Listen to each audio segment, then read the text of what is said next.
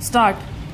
When we understand the factual metrics in the backdrop of the objectives of the above two legislations, the controversy in the instant case assumes immense significance. There is an interest of the bank in recovering the non-performing asset on the one hand and protecting the right of the blameless tenant on the other. The Rent Control Act must be constructed as such. A landlord cannot be permitted to do indirectly what he has been barred from doing under the Rent Control Act, more so when the two legislations, that is the SARFAESI Act and the Rent Control Act, operate in completely different fields. While SARFAESI Act is concerned with non-performing assets of the banks,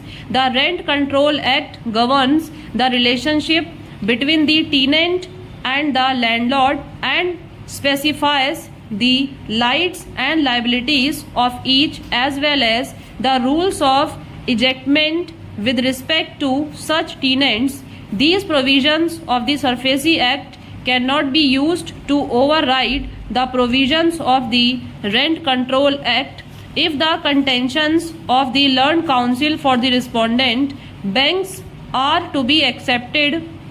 it would render the entire scheme of all rent control acts operating in the country as useless, and tenants would be left wholly to the mercy of their landlords and in the fear that the landlord may use the tenanted premises as a security interest while taking a loan from a bank and subsequently default on it, and the landlord would simply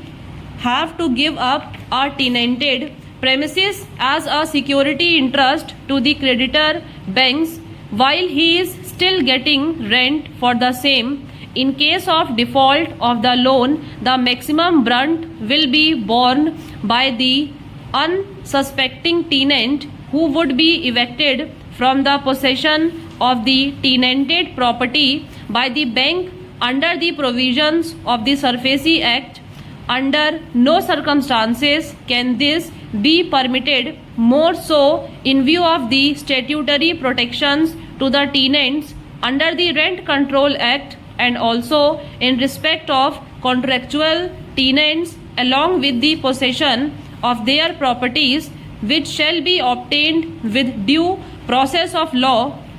The issue of determination of tenancy is also one which is well settled. While Section 106 of the Transfer of Property Act does provide for registration of leases which are created on a year-to-year basis, what needs to be remembered is the effect of non-registration or the creation of tenancy by way of an oral agreement. According to Section 106 of the Transfer of Property Act, a monthly tenancy shall be deemed to be a tenancy from month to month and must be registered. If it is reduced into writing, the Transfer of Property Act, however, remains silent on the position of law in cases where the agreement is not reduced into writing. If the two parties are executing their rights and liabilities